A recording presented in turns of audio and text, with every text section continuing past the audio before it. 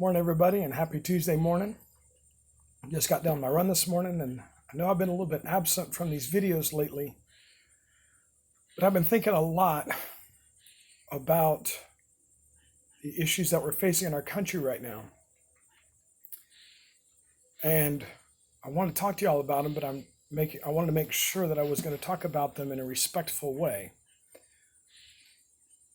I think it is wonderful to raise awareness of social injustices throughout the country. And when it comes to safety, it's critical that we do that. And so the posting of messages on our social media to raise awareness and all of those things are important. But I keep thinking of that old saying, actions speak louder than words. And so now the question comes up, what actions do we start taking to make change? And of course, the reality is we can't change the behavior of others. We can only change our own behavior and hope that people react to it. So then the question that I keep asking myself is, what am I going to do differently in things that I can control? Now, for me, I'm fortunate because I have several ways that I can control that. Through our organization of the Florida Bandman Association, we have a forum tomorrow night to talk about social inequalities that might come from discriminatory issues that we have in our organization. And we're doing that tomorrow from 4 to 5, doing a virtual sit-down thing.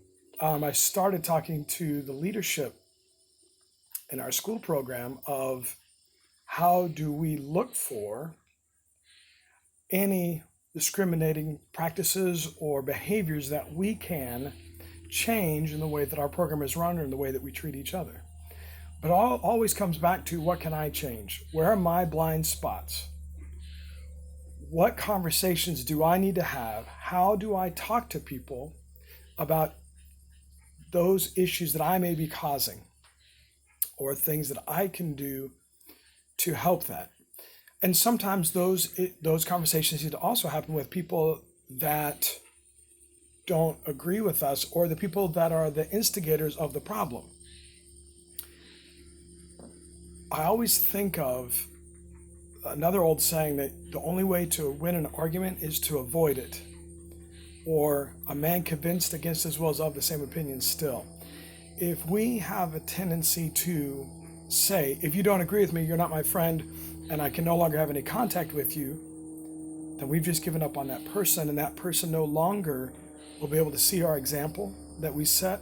We will no longer be able to engage them in questions, in conversations, to find out why they feel that way, to find out if there's any way that our behaviors can influence them, to find out if they even know why they feel that way. And so there are many things that we can do, but it starts with us and our behaviors. And then to make sure and consistently examine what we do and ask people for help. How can I do better? What can I do better? What behaviors can I change? What outlooks can I change? How does my perceptions need to change so that I am not part of the problem, but I'm part of the solution? Raising awareness, absolutely critical.